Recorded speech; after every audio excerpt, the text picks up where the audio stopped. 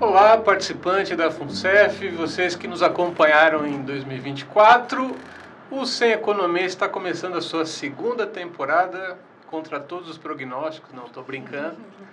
E hoje nós vamos falar sobre tarifas dos Estados Unidos, vamos falar sobre inteligência artificial chinesa, vamos falar sobre o que esperar do Brasil em 2025, com essa equipe aqui de analistas da nossa área de cenários econômicos. Eu estou aqui com o Rafael, estou aqui com a Camila e estou aqui com o João. Hoje a equipe está completa, porque é muito assunto e eu acho que a gente já tem que cair direto no assunto, começando com Estados Unidos, né, Rafael? A gente terminou ano passado falando sobre a eleição, né? Então, o que viria?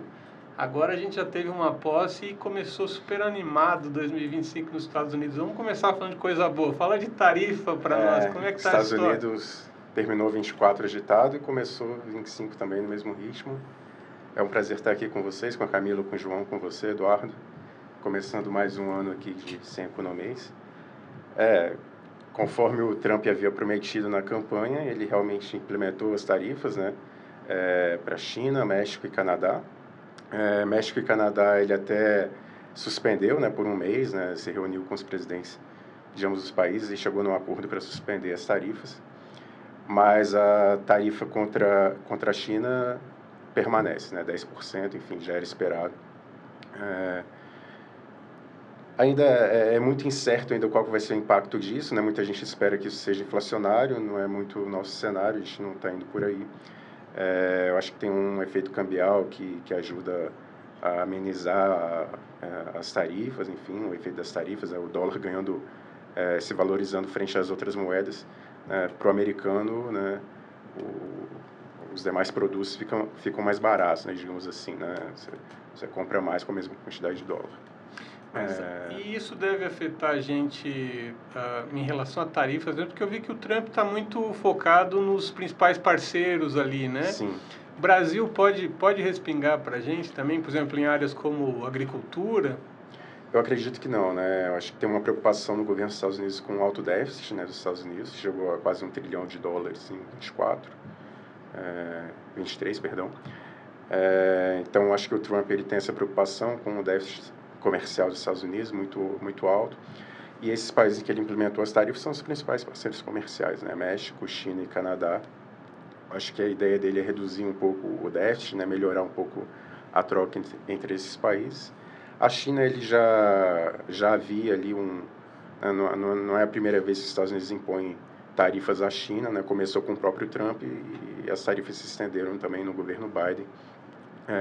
Mas eu acho que tem essa questão comercial e tem também, eu acho que uma questão política também de usar as tarifas como uma moeda de troca para negociação, para conseguir alguma vantagem, algum interesse político dos Estados Unidos com esses países também.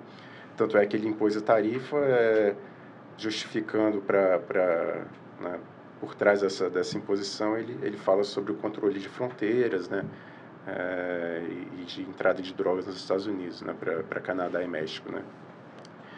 Eu acho que tem essa questão também de usar como uma moeda de troca para negociação a tarifa, né? Então, ou você faz o que eu estou te pedindo, ou então eu vou aplicar tarifa. Vamos dizer que ele está usando o peso da economia americana para... eu acho que sim. E no caso do Brasil, acho que a gente não vai sofrer com isso, né? Os Estados Unidos têm uma balança comercial positiva, né, com o Brasil, né? Eles têm um superávit comercial com o Brasil.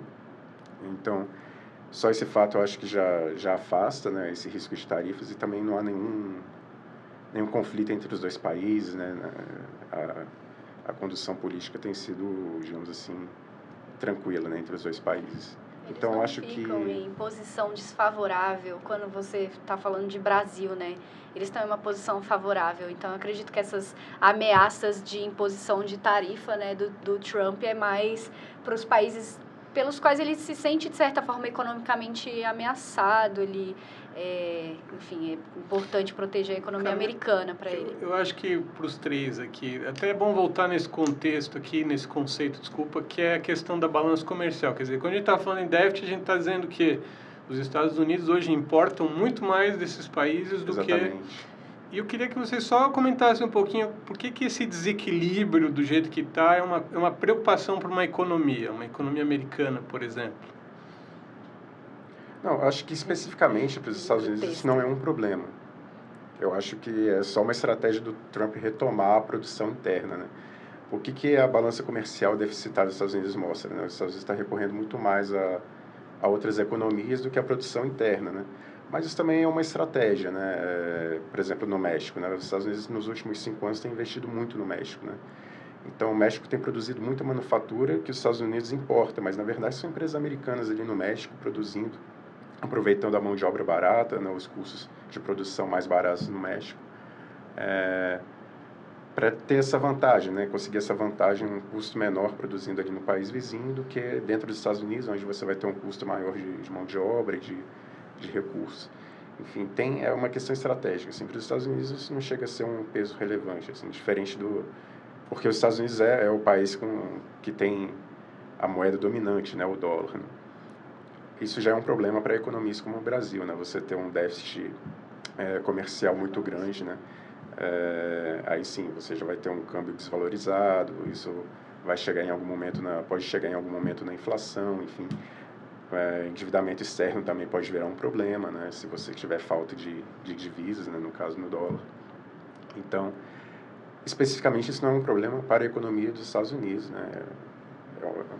É um problema para economias como a brasileira, mas para os Estados Unidos eu acho que a preocupação aqui é mais em retomar mesmo a produção dentro dos Estados Unidos, né? Eu acho que essa é a ideia do Trump quando ele implementa essas tarifas também. Mas eu acho que para o México seria prejudicial para os Estados Unidos, né? Dado esse investimento que os Estados Unidos têm feito no México nos últimos 5 anos, justamente para aproveitar esse custo menor no México e evitar justamente a concorrência chinesa, né? Eu acho que os Estados Unidos não vai correr o risco de ter a China ali ao seu lado ali produzindo, capturando um parceiro comercial importante, né? Porque se os Estados Unidos abandonam o México, digamos assim, o México vai recorrer à China, né? A manufatura chinesa deve também fazer o que a manufatura americana fez, né? Se transferir para lá. A questão é mais do que só a economia, né? Tem uma questão um jogo geopolítico, exatamente.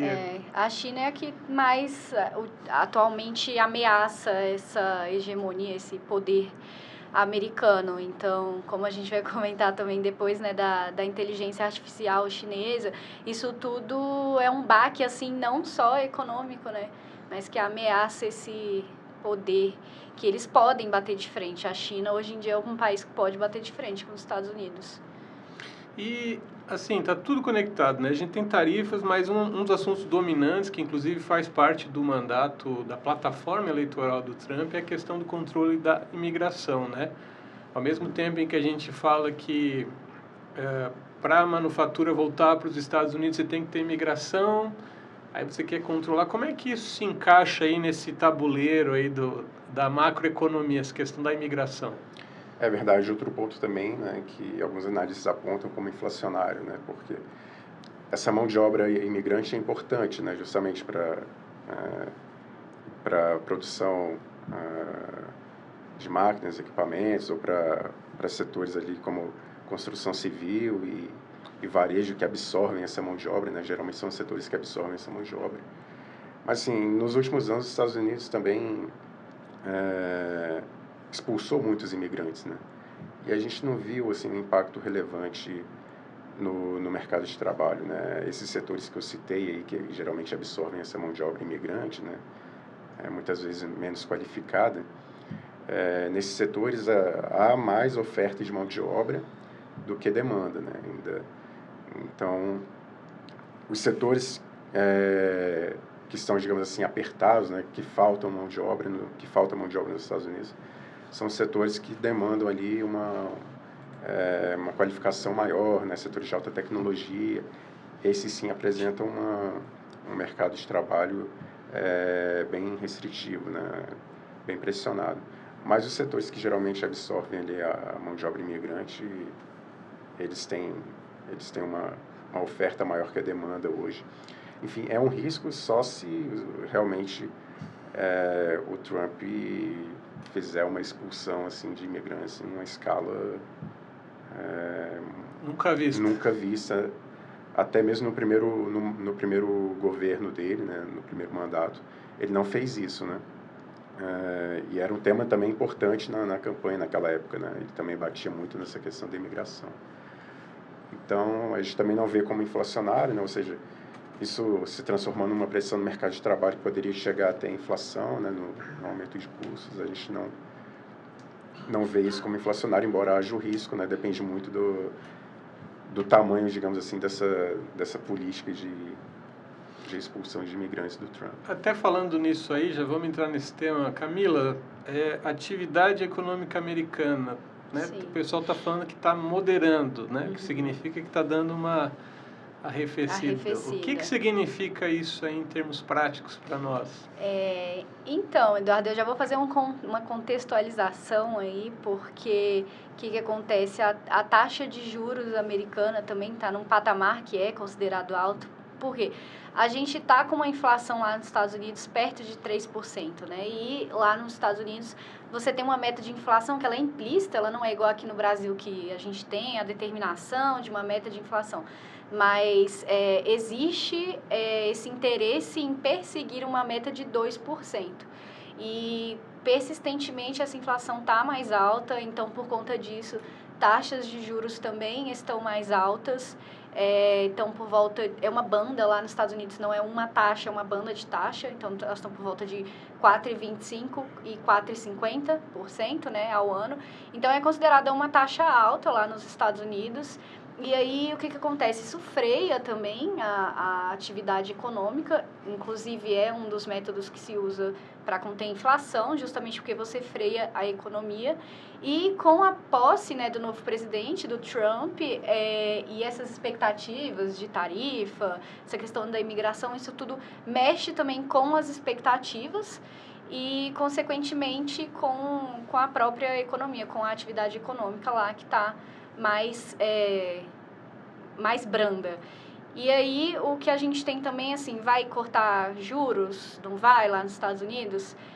Pausou o ciclo de corte? A gente tem as projeções, tem as expectativas de mercado e isso tudo mexe, enfim, tá tudo interligado como a gente costuma falar. Então, tem também os dados do payroll, que são os dados de emprego lá do mercado de trabalho nos Estados Unidos, que eles estavam vindo bem forte, mês a mês, sempre superava as expectativas de abertura de vagas, né, disponíveis, enfim, que as pessoas estão trabalhando. E no último mês já veio um resultado mais aquém do que se esperava, ou seja, uma desaceleração. E, enfim, é isso. A desaceleração, nesse caso aí, ela contribui para imaginar que a inflação vai dar uma segurada e a taxa de juros americana poderia dar uma recuada também. Teria espaço para corte. Porque hoje a gente conversou muito ano passado e já havia uma expectativa do mercado aqui no Brasil que essa redução já tivesse acontecendo nessa época do ano, né? Sim, a gente estava falando em setembro do ano passado, né? A gente esperava um arrefecimento já ali, como você falou, em setembro, né? A gente ainda acredita em um arrefecimento mais forte da inflação, vindo de aluguéis, né? Principalmente é o que tem mais pesado, né? no índice de preços dos Estados Unidos. A gente viu o Banco Central Americano, o Fed, iniciando o ciclo de corte, né? no final do ano passado, e aí ele... Por essas razões que a gente comentou, da tarifa, da imigração, toda a incerteza que isso traz, né, o possível impacto na inflação, que a gente não vê, mas muitos analistas apontam como inflacionário. A gente, claro, monitora, mas a gente tem essa opinião de que não vai ser inflacionário, não vai ter um impacto relevante na inflação dos Estados Unidos. Mas tudo isso trouxe uma incerteza que fez com que o Banco Central fosse ali... reduzindo o passo até que ele... Mais cauteloso. Fosse mais cauteloso, até que ele, na última reunião, parou, né, o ciclo de corte, né? Ele começou com um corte de 50 pontos percentuais, depois passou para 25. E agora ele pausou, né? Eles fizeram o popular vai na manha, né? Exatamente. Vamos ver o que acontece. Exatamente. Tá. E tem também desculpa. Não, fala, Camila. Para complementar, porque tem também a questão da pressão do Trump, porque ele fala nos discursos, ele tem expectativa de que o Fed corte juros, porque isso impulsiona a economia, o crédito fica mais barato, enfim. Financiamento, crédito. Exato. E aí ele fica assim, porque tem que baixar os juros, não sei o quê. Então o Fed também fica numa posição assim de, peraí, a gente tem que olhar os dados, mas aí o presidente está falando isso, enfim. Só que ele é incomumente direto, né? Ele vai na rede social dele reclamar do presidente. Vai lá no Twitter, no X. João, você está muito quietinho ainda. Por favor, João, fala um pouco da taxa de juros. Porque assim, mais uma vez, né? A gente vai falar mais para frente do monetário no Brasil, política fiscal e tal, e está tudo conectado, né? A gente tem falado para os nossos participantes, as taxas de juros do Brasil também dependem desse movimento do ano. Então, João, como é que a gente está vendo aí, então, como é que vocês, a nossa equipe de análise, está vendo a taxa de juros dos Estados Unidos? Ano passado, o pessoal esperava que em setembro a coisa fosse baixar. Eu acho que para quem não é acostumado, e assim, acho que vocês me corrigem se eu estou errado, mas é um patamar extremamente fora do que os Estados Unidos estão acostumados a ter de taxa de juros, né? 4,5%. Para nós seria bacaníssimo, para eles é complicado, né? Para a economia, o tamanho da economia americana também, né? Bom, primeiramente é um prazer estar aqui com vocês por mais essa temporada do Sem Economês, né? Agora, Eduardo, como o Rafael e a Camila já comentaram, a gente não vê todas as pressões inflacionárias que grande parte dos analistas veem para os Estados Unidos, né? Tanto de imigração quanto de tarifas, né? para Canadá, México e China. Dessa forma, como a Camila já adiantou, a gente acredita que no ano de 2025 vai haver mais espaço para o Fed cortar juros. Atualmente, se vê, por parte do mercado, que o Fed possa cortar em até 2 vezes os juros esse ano. A gente acha que pode ir além. A gente acha que pode ser umas 3 vezes de cortes de 0,25 pontos percentuais nas Fed Funds, né, que são as taxas de juros por lá. Então, aliado todo esse contexto de menos pressão inflacionária que a gente vê, e também com o desejo do presidente Trump de criar condições para que o Fed possa ter espaço de cortar juros, então a gente acredita nesse cenário de juros mais brandos por lá. Então, em linhas gerais, vamos dizer assim, que baixando o juro nos Estados Unidos, tem mais dinheiro de investidores globais disponível para olhar para outros lugares, certo? Sim. Começa a ficar interessante olhar para outros cenários mais rentáveis, inclusive o Brasil, né?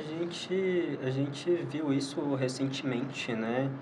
Com uma certa expectativa do mercado em relação a taxas de juros menores e menos tarifas, como aconteceu na negociação dos Estados Unidos com o México e com o Canadá.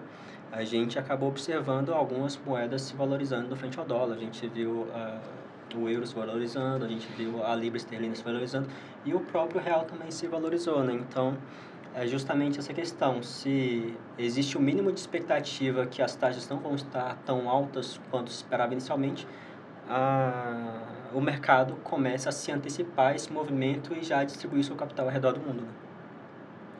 Eu acho que, em certo aspecto, o Brasil se beneficiou da questão tarifária, né? Um capital que poderia ir para o México, né, com o aumento da incerteza lá, né? O México é também um país em desenvolvimento, né? Um par, né, digamos assim, do Brasil, uma opção de investimento. Eu acho que parte desse capital ele passa aqui para o Brasil, né? O investidor passa a olhar mais para o Brasil. A gente viu um aumento, né, do fluxo estrangeiro aqui na Bolsa de Valores, né? Isso provocou uma redução já do dólar, né? Uma redução da taxa de juros longa aqui no Brasil. Acho que, de certa forma, nesse início do ano, né, não era esperado, mas a gente acabou se beneficiando um pouco, né, com esse aumento do risco em outros emergentes, né? Sobretudo o México. Toda essa incerteza que são os que países que provocaram. concorrem com a gente pelo dinheiro global, investimento Exatamente. global, né? Eu acho que em determinado momento ali, ano passado, o México parecia ser um investimento mais interessante, né? O Brasil ficou de lado em 24, né? Muita saída de capital em 24.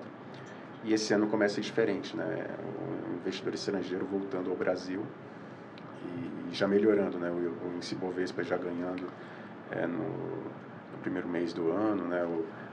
O dólar que a gente viu escalando no final do ano já arrefecendo, né? Recuando.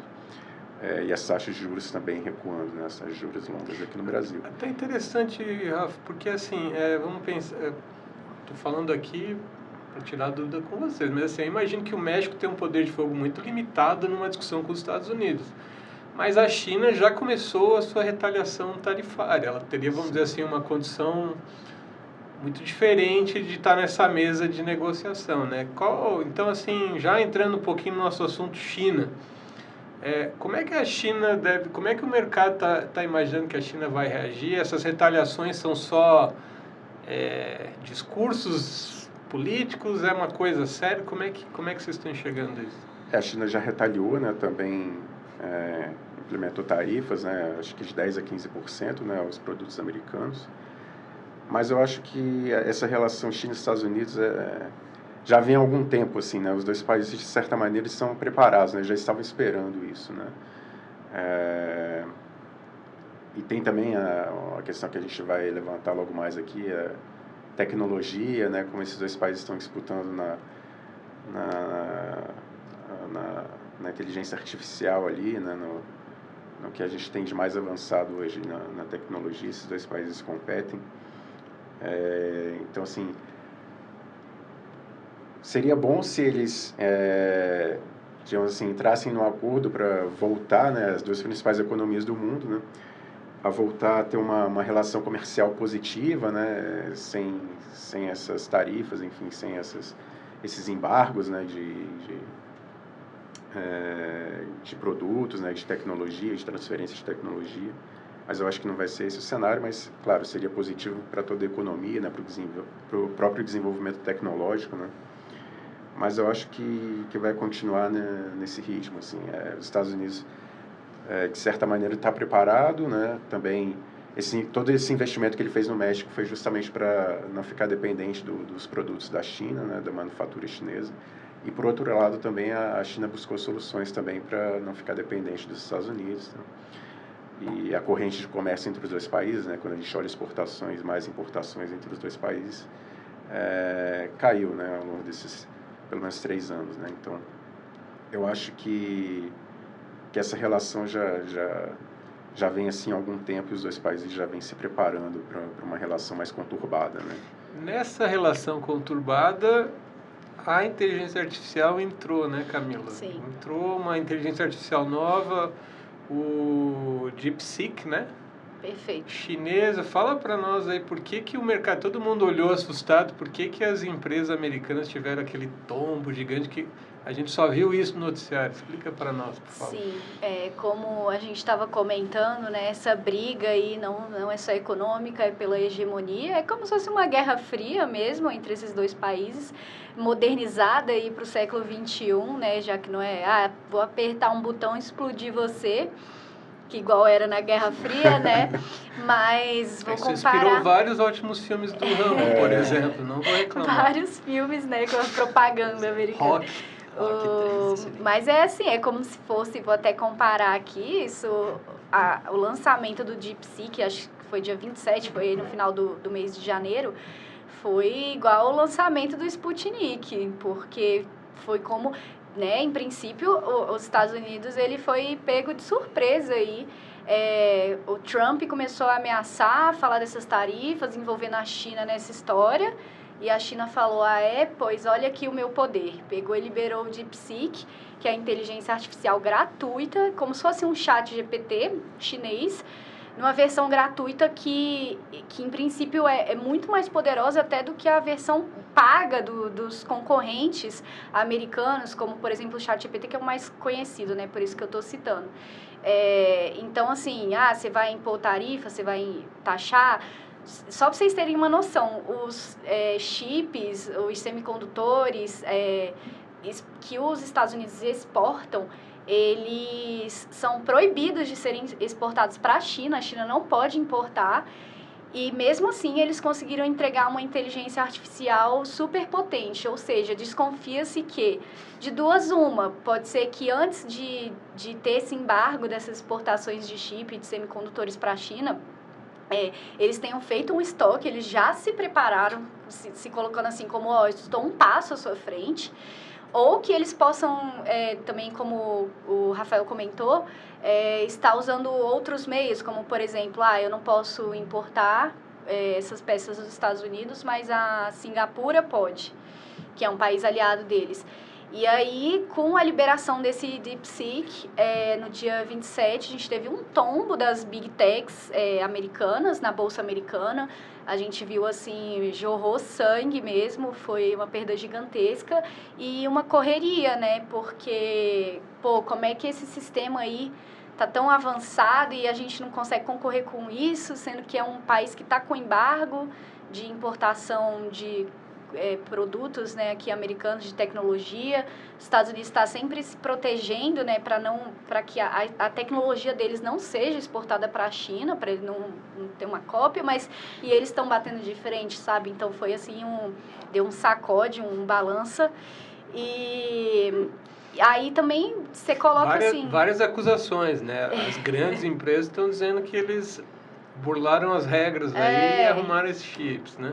E o complicado é que, assim, em princípio, o DeepSeek, ele é uma plataforma, uma inteligência artificial open source, né? Um código aberto e com a intenção de que cada dia ela evolua mais e, assim, sozinha e também com a contribuição dos próprios usuários. Então, para você competir com isso, dado que já é uma coisa super avançada, a inteligência artificial, você vê, se você pesquisar lá no YouTube, tem os vídeos, enfim, tem matérias que você vê que o DeepSeek conforme ele vai te respondendo, ele vai aprimorando as próprias respostas e buscando mais informações. Então, assim, eu vi o ChatGPT respondendo que ele é melhor em algumas coisas e o DeepSeek é melhor em outras, né? Ele falou que o DeepSeek é melhor em lógica e outras coisas. Fez uma média ali. Mas eu queria até voltar com vocês, porque, assim, às vezes a gente que não está tão ligado nessas coisas, a gente fica olhando essas disputas de inteligência artificial e acha que é só para fazer foto, fazer coisa. Não.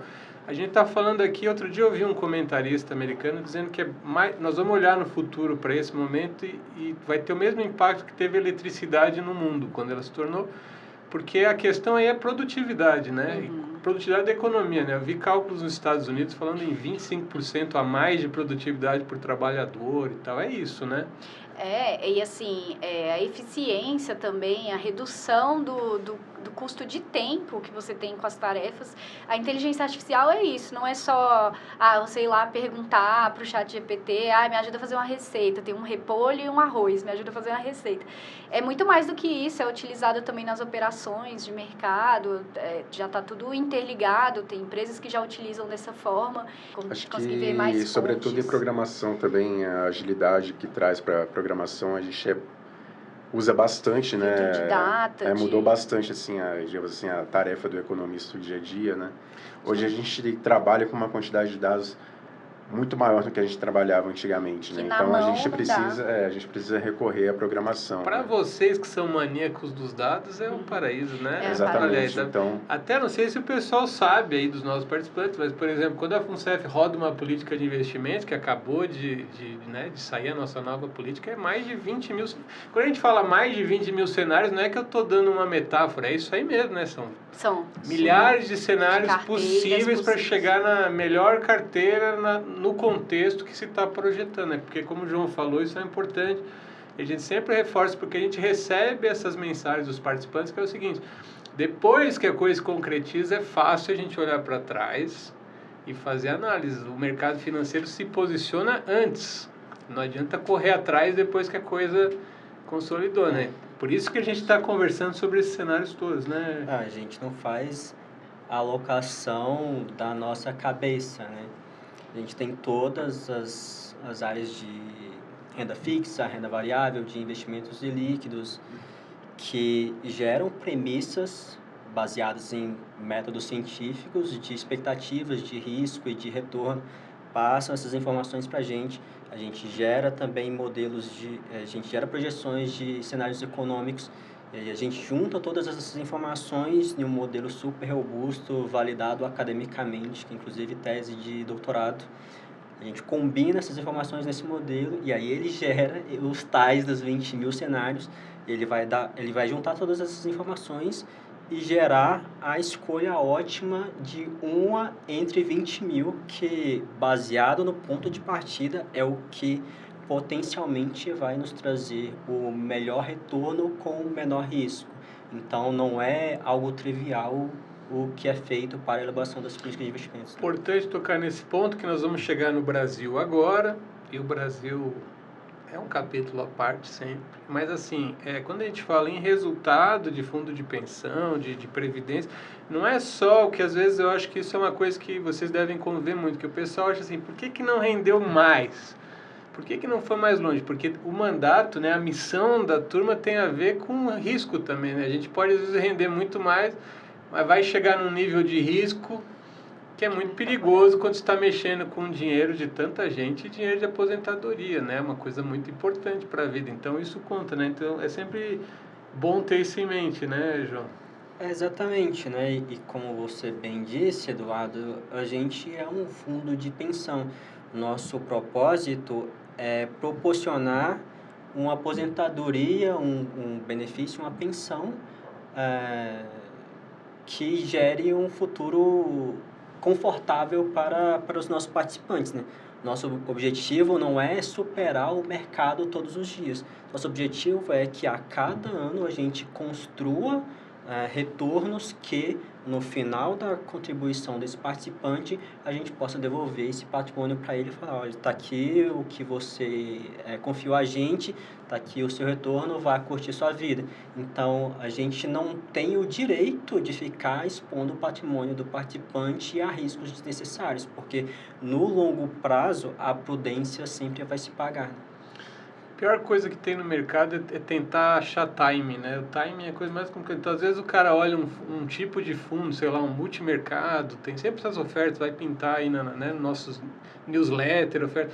Ah, esse foi o ano do multimercado, então eu vou passar tudo para o multimercado. No ano seguinte, as projeções não se concretizam e tal. Então, essa questão de deixar lá e confiar no processo faz muita diferença, né? Totalmente. Vale ressaltar também, Eduardo, que a gente às vezes recebe esse tipo de dúvida, de questionamento. A visão aqui é de longo prazo para dar um futuro confortável, como o João comentou, para os nossos participantes. Então, porque a minha cota esse mês rendeu menos 1%. Calma, isso é de longo prazo. Acontece, isso é volatilidade, pode acontecer, se a cota vai vir negativa um mês e no próximo pode ser que ela dê também um resultado extraordinário. Então, tem que olhar no longo prazo, tem que olhar o ano a ano. É super importante acompanhar a sua cota, seus investimentos, tem sim que manter essa periodicidade, mas pensar também no futuro, na sua aposentadoria, que isso é lá pro final para você poder receber essa... Você pega uma fotografia do momento, como foi o tombo das Big Techs nos Estados Unidos, que impactaram a nossa carteira de investimentos no exterior, que está exposta a isso. Você olhou só naquele dia, você fica desesperado e fala, meu Deus, vamos tirar todo o dinheiro do... Big Tech, de exterior. Que não é o caso, né? Você tá vendo aí inteligência artificial crescendo, dando retorno, e aí você vai falar, não, eu vou tirar porque dia 27 teve um tombo lá. Não, é acompanhar. Fora o fato que o tombo lá foi uma parte de tudo que já cresceu nos últimos anos, né? O tombo, assim, Você tem uma queda de 17% num dia, mas, assim, ao longo de 3 anos, a NVIDIA subiu 1000%. E continua sendo um bom investimento, né? Como a Camila estava explicando, né?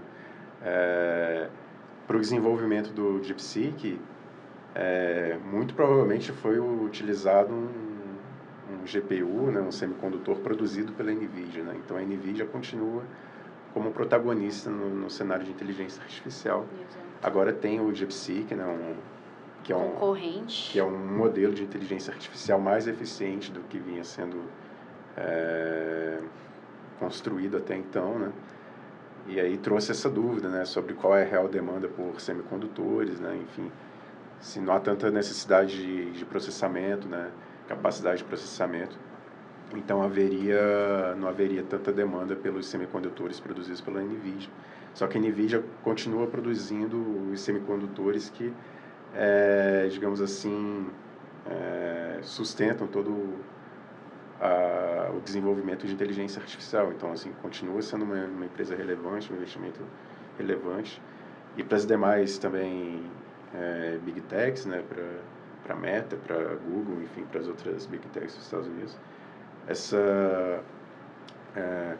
esse novo cenário que o DeepSeek traz, né, de uma inteligência artificial mais barata também, no final acaba beneficiando todo mundo, né? Você vai ter mais gente utilizando a inteligência artificial, mais demandando, provavelmente os serviços dessas empresas estão na vanguarda, né, dessa tecnologia.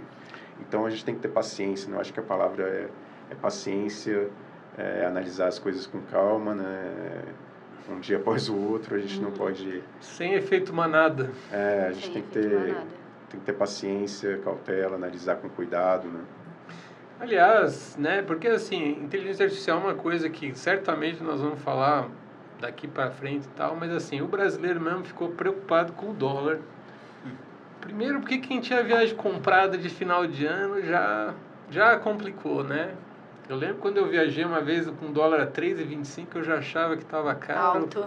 Hoje eu sonho em voltar, mas assim, falando sério, né? Foi a pior variação cambial dos últimos anos, né? 24. E tem um impacto muito grande que a gente não percebe, né? A gente olha no mercado as coisas subindo, mas o trigo é importado, azeite... Tá difícil comprar. Os azeites estão ficando cada vez menor para manter o preço. A gasolina, tem várias coisas que impactam diretamente, né? Então, assim, o que a gente pode falar um pouquinho para os nossos participantes sobre câmbio? O que vocês estão enxergando aí? Muitas vezes as pessoas têm dificuldade de enxergar a correlação entre a taxa de câmbio e a sua vida. Fala, poxa, e daí que o dólar está 6, como que isso me afeta? Bom, afeta de muitas formas, inclusive. Muitas coisas, como você bem pontuou, muitas coisas são precificadas em dólar. Barril de petróleo que vira gasolina é precificado em dólar de acordo com o preço internacional. Então, se a Petrobras vai cobrar um preço aqui, ela teoricamente vai seguir o preço internacional, e se ela estiver defasada nesse preço internacional, em algum momento ela vai reajustar, vai refletir na gasolina, que vai refletir no custo de transporte das mercadorias. Então é tudo uma cadeia de coisas que são impactadas pelo preço do petróleo em dólar. Daí você também comentou sobre a questão dos alimentos. Não tem apenas a questão do que é importado em dólar, mas também vamos fazer o seguinte exercício. Se eu sou um produtor de alguma commodity agrícola, daí o mercado internacional está me pagando hipoteticamente $100. E aí esses $100 valem R$80, digamos assim. Mas, e aí, de repente, eu continuo vendendo a $100, só que esses $100, eles valem R$150. Então, ou seja, o dólar está comprando muito mais real em relação ao que ele estava no período anterior. Então, compensa para o produtor ele vender mais para o exterior, porque ele vai estar ganhando mais dinheiro vendendo para o exterior. E se ele está vendendo mais para o exterior, está sobrando menos produto para ele vender internamente. E se tem menos produto para ele vender internamente, então, pela lei da oferta e da demanda, com menos produto, o preço vai ficar mais caro, e aí bate na inflação de alimentos também. Então, tanto na questão das exportações quanto das importações, o dólar vai afetar o preço das coisas. Esse é o nosso mantra aqui, tá tudo conectado. Tudo conectado. Desde a nossa cota, o pãozinho, e o petróleo, tudo de conectado. petróleo. Exatamente. E aí entra na questão também da balança comercial, né? Quanto mais a gente importa, mais sujeito, né? Mais exposto a essa variação cambial aí, a exposição ao dólar, né? Como o João comentou, a gente fica, né? Nossa dívida é dolarizada, é em dólar, então menos oferta também aqui de dólar encarece quando você tem uma fuga de capital, tudo, enfim, tudo conectado. O câmbio é um fator assim para ficar muito de olho então em 25, né? Sim, como... Eu sei que câmbio é o maior destruidor de reputações dos analistas de cenários, né? Porque supostamente é tantas variáveis que tentar projetar assim é um troço muito complexo. É muito volátil. Mas como que a gente monitora isso, João? Como que a gente olha para o câmbio esse ano? Tem algumas variáveis que a gente pode acompanhar e fazer uma prospecção delas para a gente chegar primeiro, no que a gente imagina ser o preço justo, se é que isso existe, e também para tentar projetar o que possivelmente vai acontecer daqui X períodos à frente. Por exemplo, no ano passado, a gente viu uma desvalorização muito grande do real. Foi a pior moeda de 2024 entre as principais moedas. E um dos pontos que se levanta será que não foi um movimento muito exagerado do mercado? Porque a gente teve muitas discussões quanto à nossa saúde fiscal, e aí, aliado a isso, a expectativa da eleição do Donald Trump levou-se a crer que o dólar se fortaleceria nesse ano. Então, o dólar fortalecendo e a gente com incertezas, combinou as coisas e aí a nossa moeda ficou extremamente desvalorizada. Mas pode ser que esse movimento tenha sido exagerado, e aí no mercado financeiro, se alguma coisa foi muito exagerada em algum momento, no período posterior ela tende a uma correção.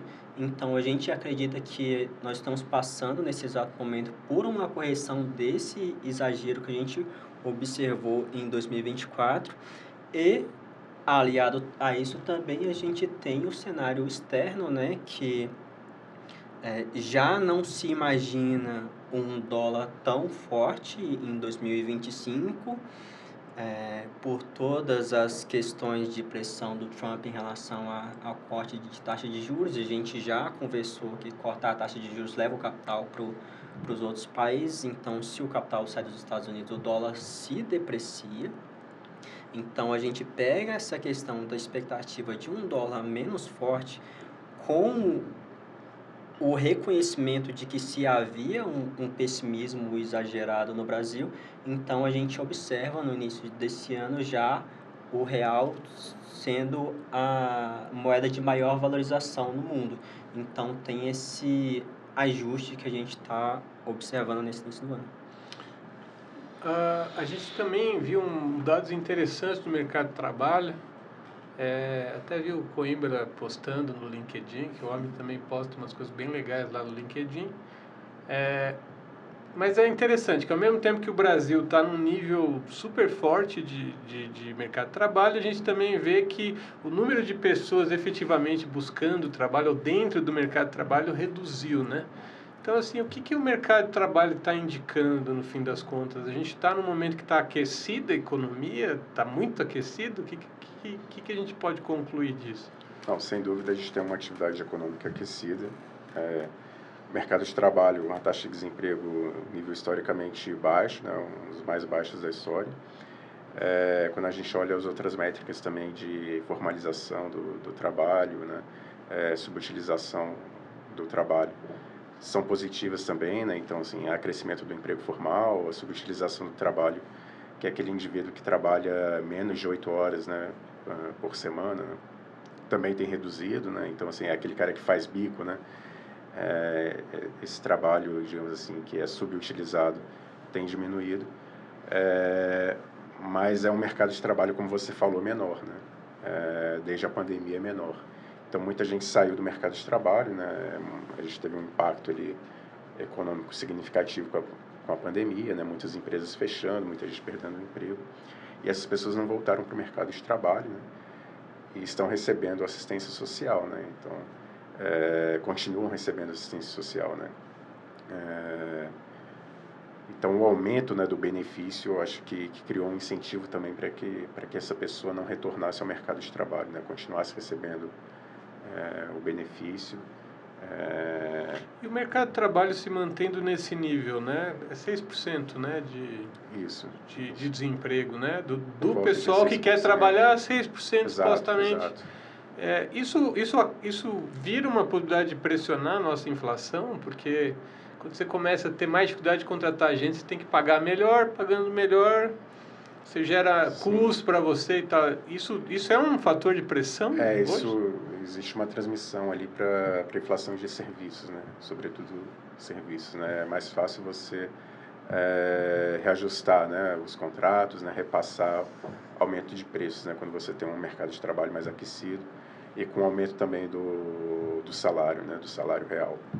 Então, assim, isso traz uma inflação, isso traz uma pressão inflacionária, mas eu acredito que isso também vem perdendo força, né? O próprio Banco Central também monitora isso muito de perto, né? Uma preocupação muito grande do Banco Central dessa transmissão, né, do mercado de trabalho aquecido para a inflação de serviços, especialmente de serviços.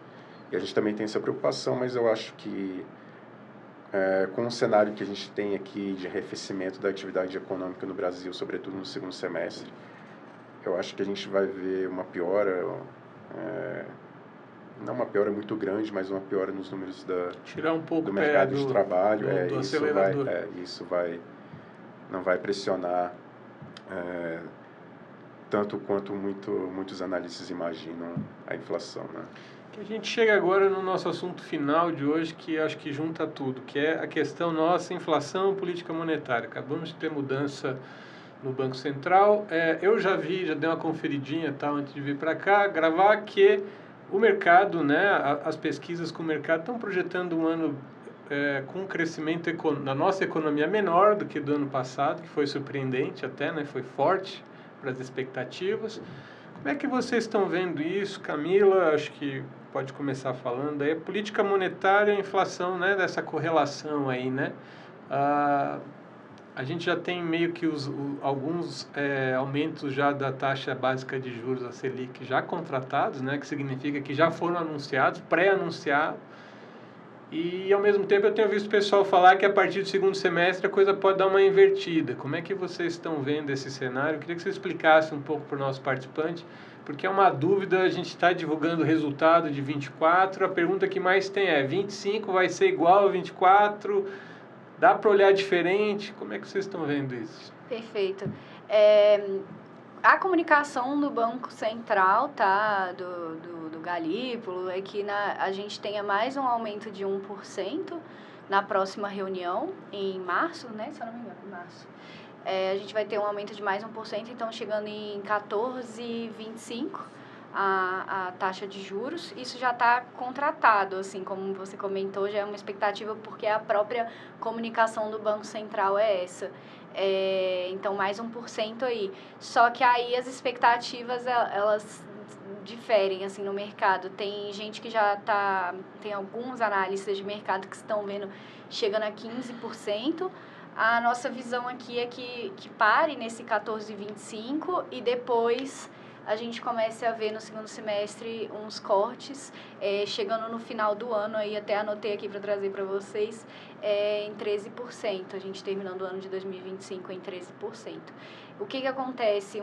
Uma taxa de juros nesse nível é contracionista, é impossível você falar que não é, assim, pode, se tem espaço para subir ou não, indiscutivelmente já é uma taxa totalmente restritiva. Então, isso desacelera a nossa economia, porque justamente o custo de crédito fica mais alto e a gente já está tendo uma inadimplência mais alta, as pessoas já estão mais contidas com a questão do crédito, então isso tudo contribui para que a nossa atividade fique um pouco mais arrefecida. Então, nossa expectativa aí de PIB para o final do ano também tá ficando, eu também trouxe aqui para vocês, por volta de 2%, que é o que a gente está vendo. Basicamente é isso, como você comentou do mercado de trabalho também, enfim, tem uma pressão de um lado e do outro também. A nossa inflação está em 4,68, as expectativas para o IPCA, que o nosso analista Rafael Coimbra projeta, também está um pouco mais abaixo do que a expectativa do mercado, mas isso também conversa com a nossa projeção de Selic. Como os outros analistas, alguns estão vendo, do mercado estão vendo uma inflação mais alta, faz sentido também você ver uma Selic mais alta. Não é o nosso caso, então a gente acha que chega em 14,25, com o IPCA em 4,68%. A gente tem visto um aumento do crédito, né? As concessões ainda sobem ali a taxa de 2 dígitos, mas o que a gente vem destacando aqui é para olhar para as condições financeiras, né, das famílias, né? E a gente tem visto um nível de endividamento muito alto, o nível de inadimplência subindo, e o comprometimento de renda para pagar juros, né, e a amortização da dívida também é muito alto. Você então, tem pouco espaço para novos bens duráveis, as coisas assim, a gente acha que vai chegar, a gente está muito próximo de um ponto de exaustão mesmo do mercado de crédito, embora ainda esteja crescendo, mas eu acho que está muito próximo do limite, assim. Eu acho que as condições financeiras das famílias são muito apertadas, então é a partir daí que a gente vê uma desaceleração maior para a economia no segundo semestre. As condições financeiras também das empresas também, nesse mesmo sentido, né, tem aumentado a inadimplência, principalmente das pequenas, médias empresas, né, que é a maior parte, né, do setor produtivo brasileiro, digamos assim, são pequenas e médias empresas, né, setor de serviços. Né. Isso pode contribuir, talvez, até assim, como está muito alta a taxa de juros e as empresas já estão ficando com endividamento alto, assim como as famílias, né, isso pode culminar no fechamento de algumas empresas menores, que também culmina em demissões, ou seja, isso tudo desaceleração da economia. Em 24, a gente teve mais de 2 mil pedidos de recuperação judicial, né? Então, assim, as empresas tendo realmente dificuldade, as empresas fechando, né? E já é reflexo desses juros altos, né? A gente já vinha com uma taxa de juros alta, né? A gente passou por um pequeno período ali de corte de juros que rapidamente voltou a subir, né? Então, isso em algum momento vai pesar, né? Já está pesando ali no bolso das famílias, das empresas, né? Então, a gente está falando aqui só para complementar, a gente está falando aqui que o juros está alto e repetindo isso, e a gente já falou como que isso sufoca a economia, digamos assim, mas é bom ilustrar o quão alto está esses juros, porque em termos reais, né, o juro descontado, a inflação, a gente está com o maior juro real do mundo. Então, assim, quando a gente fala que a gente não vê espaço para ir muito além disso, é porque a gente já está, de fato, num patamar muito alto e a gente não consegue enxergar economias resistindo a isso por muito mais tempo, né? É por isso que a questão fiscal, né, as contas do governo estão sempre no noticiário e estão sempre nas manchetes, né? No fim das contas, quanto mais tempo a gente demora para fazer a lição de casa, mais essa situação se prolonga, né? Você tem menos espaço para se mover, né? E a questão fiscal, que é um grande ponto de debate, sem botar vocês numa sinuca de bico, né? Mas o que assim, ano passado o governo disse que terminou em 0,1 o déficit, né? Ficou um pouquinho dentro do vermelho. Como é que está esse ano? É complicado por causa da comunicação, né? Essa questão do 0,1, ele é um 0,1 mais para meta, porque o resultado de verdade é um 0,40. Ele desconta várias coisas nesse cálculo. Isso. Abatimento. Abate. Porque o resultado primário, né, que é a subtração das despesas em relação às receitas, foi um déficit, ou seja, as despesas foram maiores do que as receitas, e esse resultado acumulado em 2024 foi de 43 bilhões de Aí, Esse foi o nosso cheque especial. esse foi o nosso 43 cheque bi. especial. Tá. Só que o que aconteceu? No ano passado a gente infelizmente teve a calamidade no sul e outros problemas climáticos também. Então o governo decidiu remover esses gastos, né, em créditos e tudo mais para ajudar a amenizar a calamidade.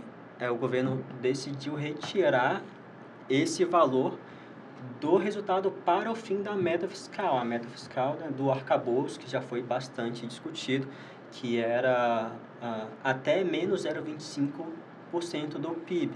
Então, tirando esses 32 bilhões que foram descontados, o resultado ficou em 11 bilhões negativos e aí ficou dentro dos limites do governo, cumpriu a meta fiscal. Né? Mas o que se espera então é de um esforço maior esse ano, né? Esse que é o ponto, né? Precisa... O debate que a gente teve ano passado continua esse ano, né? Vai persistir. O governo precisa fazer um esforço maior, né? E aí a grande dúvida é se ele está disposto a fazer isso, né?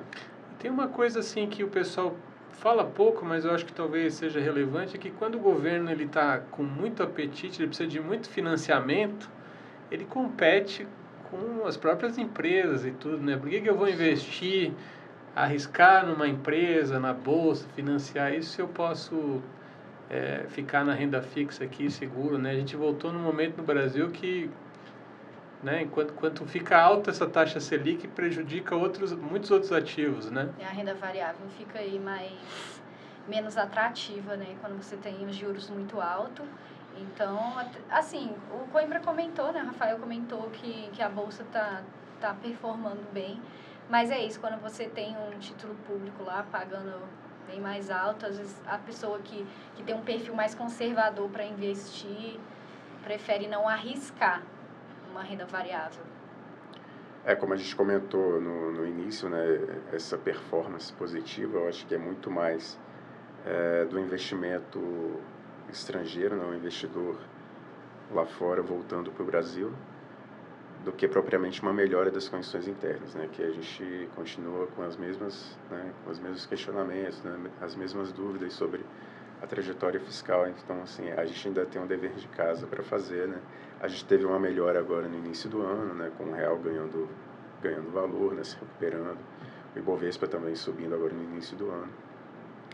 E as taxas também longas, como a gente falou antes, também diminuindo um pouco, mas eu acho que muito mais pela volta do investidor estrangeiro do que pela melhora aqui no cenário interno, né? A gente ainda tem um dever de casa para a gente fazer aqui e parte desse dever de casa é a questão fiscal, né? Que a gente acompanha de perto e deve também ocupar aí a agenda desse ano, né? De debates, enfim. Tá certo, pessoal. Acho que vamos encerrar, então. Falamos bastante. Dá um espaço para vocês darem as considerações finais. Eu, que não me apresentei, sou Eduardo, analista de comunicação aqui da FUNCEF, sempre aprendendo com esse trio aqui. Se você tem alguma dúvida, uma sugestão, você pode fazer isso nos nossos comentários. A gente está sempre olhando aí. E em breve a gente vai voltar aqui para conversar sobre o desenrolar de todas essas conversas. Começar aqui pelo João, aqui que está à minha direita. João, faça suas considerações. Bom, foi um prazer ter esse papo novamente aqui contigo, Eduardo. Pela primeira vez com o Rafael e a Camila simultaneamente. A gente já tinha participado em duplas e agora a gente tá aqui em trio, junto com a sua presença. Espero contar com a audiência de vocês ao longo dos anos. A gente... Dos anos, ó, 2 anos. Ao longo Das dos anos. temporadas. Ao longo das temporadas. Que o nosso objetivo aqui é, como o nome do podcast diz, é tentar falar dos assuntos econômicos mais relevantes de uma forma que todo mundo consiga compreender. Então, como a gente já disse, deixem seus feedbacks, deixem suas observações, que a gente vai, à medida do possível, procurar deixar a nossa linguagem mais clara para melhor passar essa mensagem. Mas foi um prazer estar aqui com vocês. Camila. Pessoal, Eduardo, João, Rafael Coimbra, esqueci de me apresentar também, não dei as boas-vindas, mas agradeço a todo mundo que chegou até aqui no final do vídeo. Muito obrigada, foi um prazer poder compartilhar esse momento, essas discussões com vocês. Repetindo o que o João falou, deixe seu feedback, suas perguntas, que num próximo vídeo a gente traz. Se não tiver muito claro algum assunto, podem ficar à vontade. E é isso, me chamo Camila, sou analista aqui da área de cenários, hoje estamos com o time completo e queria agradecer a todos por ficarem aí até o final. Também queria agradecer a vocês, principalmente quem nos assistiu, e fazendo um pedido para vocês participarem para ajudar a construir o programa aqui com a gente. Com dúvidas, sugestões, ajudem também a gente a construir esse podcast aqui recém-nascido, mas que eu acho que tem muito potencial também. Eu acho que vai ter muitos anos, tem tudo para ter muitos anos de vida, principalmente se a gente contar com a ajuda de vocês. Então, se vocês tiverem alguma dúvida, alguma crítica, sem problema, a gente tem um canal aberto para falar com vocês. E é isso, obrigado. Esse pessoal aqui produz um boletim semanal que está disponível no portal da Transparência. É só entrar na área de investimentos e vocês podem acompanhar projeções, análise, é muito legal, tá bom? Então, a gente se despede e até o próximo episódio.